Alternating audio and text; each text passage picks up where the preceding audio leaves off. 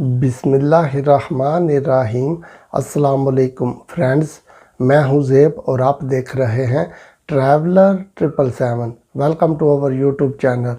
तो फ्रेंड्स, आज हम बात करेंगे पुर्तगाल में जो फाइल लॉक आप करवाते हैं। यानी ये स्पेशली वीडियो उन लोगों के लिए है जिन लोगों ने शॉर्टकट वे को जो है वो चूज़ किया है। यानी कि जो लोग पुर्तगाल में नहीं रहते और पुर्तगाल से बाहर रह रहे हैं किसी भी और कंट्री में, वो शेंजन कंट्रीज़ हैं, जिस किसी कंट्री में वो रह रहे हैं और वहाँ पर बैठकर किसी से अगर उनका राब्ता है तो वो चाहे पैसे दें या चाहे अपने लिंक्स यूज़ करें, तो वो लोग जो है वो अपनी फ़ाइल लॉक करवाते हैं। तो ये वीडियो उन लोगों के लिए है, क्योंकि फ़ाइल लॉक आप करवा लेंगे, चाहे आप जिस तरह भी फ़ाइल लॉक करवाएंगे, पुर्तगाल में आपकी फ़ाइल लॉक हो जाएगी। आप लोग वहाँ पे बैठ के जो है वो टैक्स भी पे करते रहते हैं। लेकिन इसका आगे चल के आपको नुकसान क्या होगा वो अभी आपको बता रहा हूँ मैं। क्योंकि जब आपका टाइम आता है, आपकी ईमेल आती है, फॉर एग्ज़ाम्पल अगर 2 साल के बाद आपको ईमेल रिसीव होती है सैफ की तरफ से, और आपने अपना टैक्स भी 2 साल का दिया हुआ है, और उसके बाद आप यानी कि आपकी अपॉइंटमेंट की डेट होती है, वो डेट आप ले लेते हैं, और जब आपकी अपॉइंटमेंट आती है तो आप वहाँ पर जाते हैं सैफ के पास, तो फिर आपको ये चीज़ें जो है वो रियलाइज़ होती हैं कि ये कितनी बड़ी गलती थी। इस वक्त सैफ जो है बहुत सी चीज़ों को जो है वो पकड़ रहा है और वेरिफिकेशन कर रहा है। जिस तरह के आप लोग जब आते हैं तो आपने जब फाइल लॉक करवाई होती है, उसके बाद आपने रेजिडेंस कार्ड जब अप्लाई करना है तो उसके लिए आपको घर का एड्रेस चाहिए, जिसको इंग्लिश में डोमिसाइल बोलते हैं। वो डोमिसाइल आपको चाहिए। यानी कि अगर पुर्तगाल में आएंगे तो उसको बोलते हैं अटेस्टादो दे रेजिडेंसिया, यानी कि जिसको हरूफ आम में पुर्तगाल में यूनता बोलते हैं। तो वो आप जब लेंगे तो फिर आप जाके अपना जो है वो यानी कि अपना फ़ाइल जो आपकी लॉक हुई होगी उसके बिहाफ पर आगे चल के आपने अपना रेजिडेंस कार्ड अप्लाई करना है। लेकिन होगा ये कि जिस तरह के एक बंदा पुर्तगाल में प्रॉपर रह रहा है, उसके पास अपना घर का एड्रेस भी है, हर चीज़ एक्यूरेट है, उसको पुर्तगाल भी आती है। कुछ लोगों को थोड़ी आती है, कुछ को ज़्यादा आती है, लेकिन समझ लेते हैं, बात भी कर लेते हैं, अगले बंदे को समझा भी लेते हैं।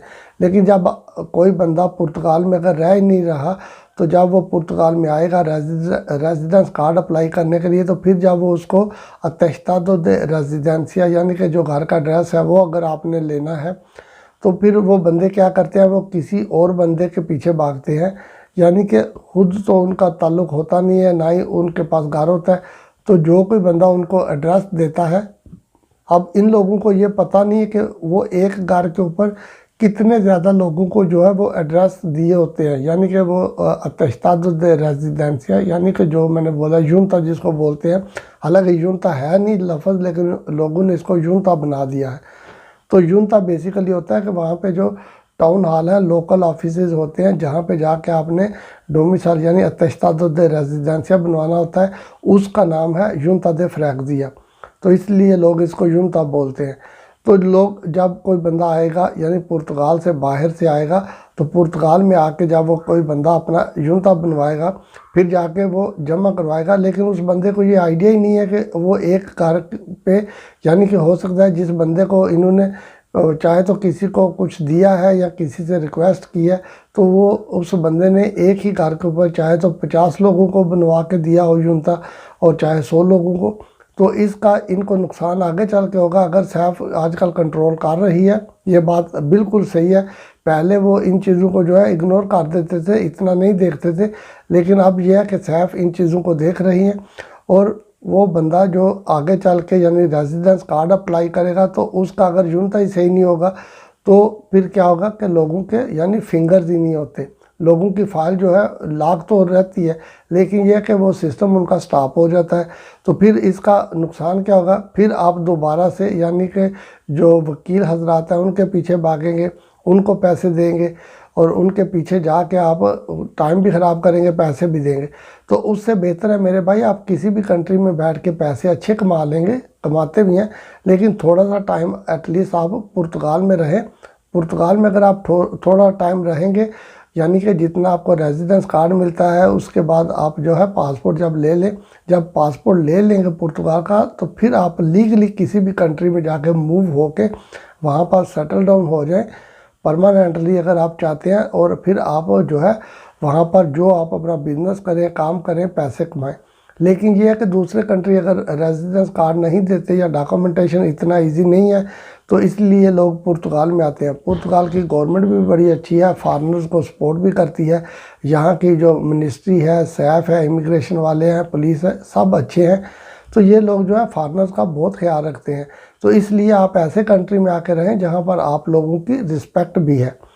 पैसे थोड़े कम आप कमाएंगे, लेकिन यह है कि आप यहाँ पर लीगल होंगे, आपको यहाँ पर लैंग्वेज बैरियर नहीं होगा। जब रहेगा कोई बंदा पुर्तगाल में, तो फिर आस्ता आस्ता से लोग जो है वो लैंग्वेज भी सीख लेते हैं और बाकी मामलात की भी उनको समझ आ जाती है। थोड़े अगर पैसे हों किसी के पास, तो वो अपना छोटा मोटा बिजनेस भी स्टार्ट कर सकता है।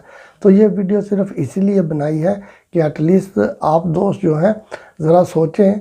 ये एक छोटी सी वीडियो होती है, इसमें हिंट ही दिए जाते हैं कि आपको थोड़ी समझ आ जाए।